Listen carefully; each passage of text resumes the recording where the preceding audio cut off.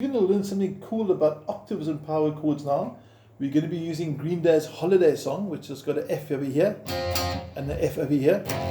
They're both Fs, and you're going to see later it's going to have an A flat and an A flat. Also both A flats, but octaves apart. Now I'm going to quickly jam along with a basic sort of track that I did over here. So if you've got a friend that plays bass and another one that plays drums, you can do something like this. For example,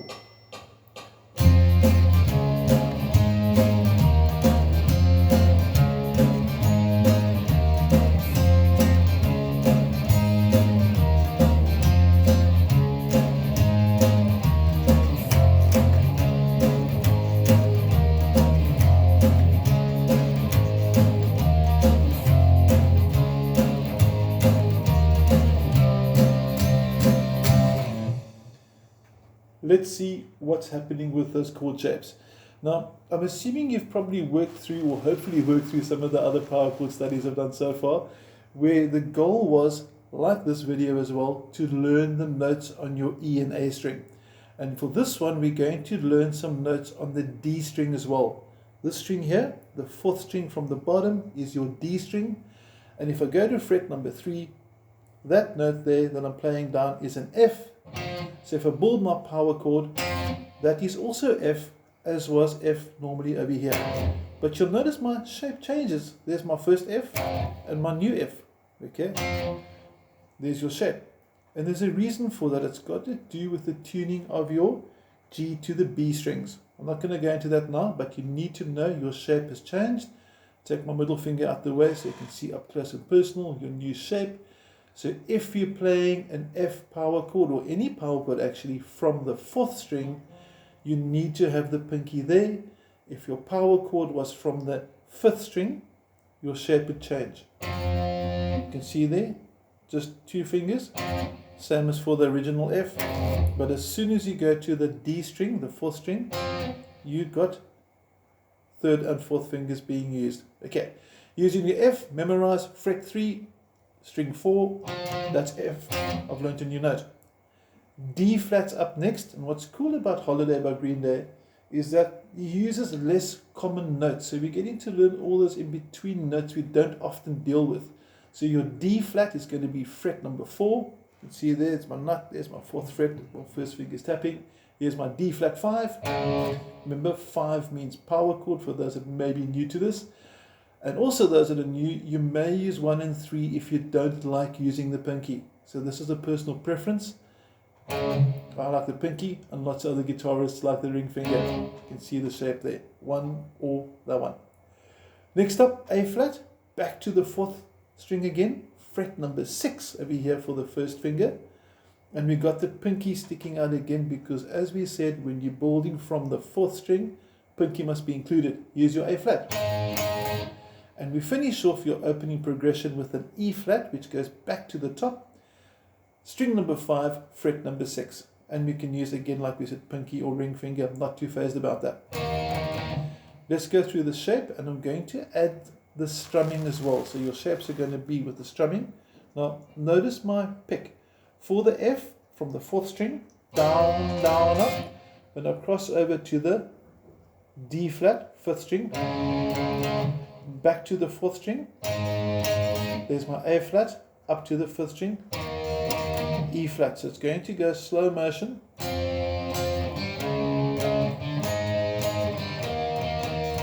Nice easy jam to have some fun with. Now after doing that 4 times, what he does is he drops the F to the more sort of standard lower pitched F down here that you probably might be familiar with. And it's quite cool because he's actually using the same 4 chords, F, D flat, A flat, E flat, but in a different position. So you got your low F here, D flat he keeps the same, A flat now is going for the lower, and then E flat back to the same. So here's your first cycle that you learned at the beginning of the video.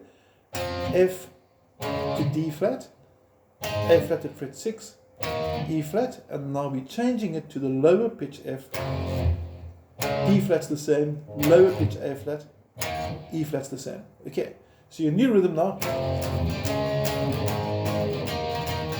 and it sounds pretty sweet as well. at the end of doing that 3 times, he goes to C, which is going to be fret 3 on the 5th string, and he simply strums it like this. 1, 2, 3, 4, 1. Simple as that. Okay.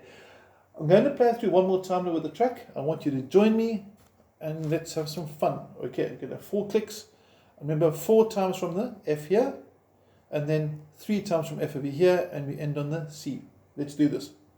Got your chord in shape, and here's your 4-click track in.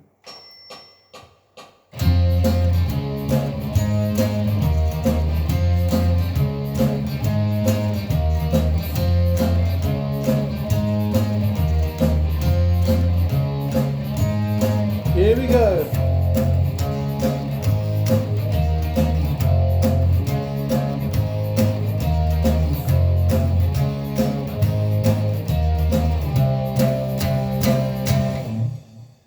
Now, if you want to have some fun with this, you can actually jam along in the key of F minor, which means you can take your F minor pentatonic, which could be done here. But I'm going to take it rather to fret number 13, because this is also F. And another thing we're going to learn here, you'll notice your guitar's got a double dot.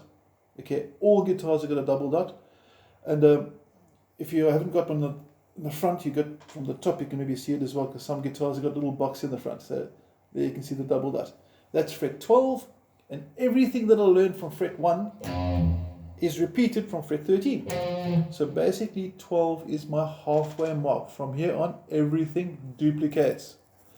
Now, I'm going to play through the scale once so you can hear it and see it. If you want to learn it, that'll be pretty cool. You probably know your minor pentatonic scale, starting at fret number 13. Take it through once slowly.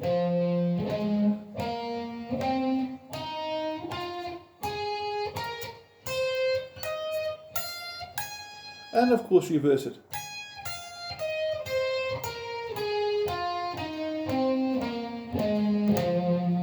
Okay, and now we're going to do a bit of a jam. So I'm going to take that scale and I'm going to simply improvise spontaneously. So I've got nothing planned, I'm just going to hit the backtrack.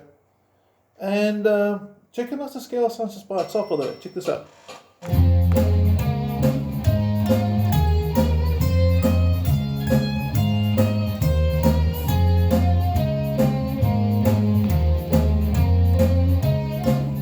So just playing the scale with the track alone sounds pretty sweet. So that is proof enough that the notes that are used in the scale correspond with the key that the chords are built from. In other words, the chords that are being used for the song are in the same key as the scale, so collectively they contain the same notes. But now for a quick little jam. And we're going to start with just playing around with maybe those 4 notes. Just to give you an idea what could sound pretty sweet.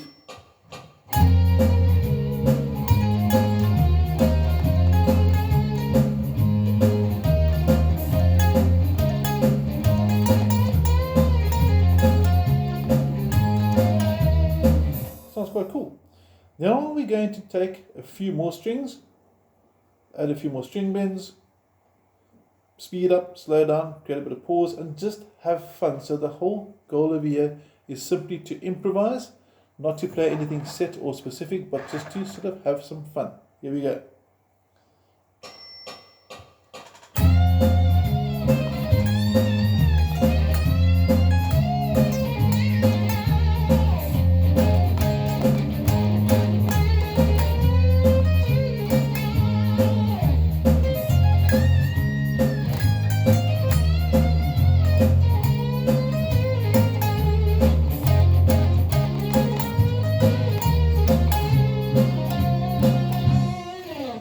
Sounds quite cool. And if you wanted to play it lower, we could do it like we said from fret 1 as well.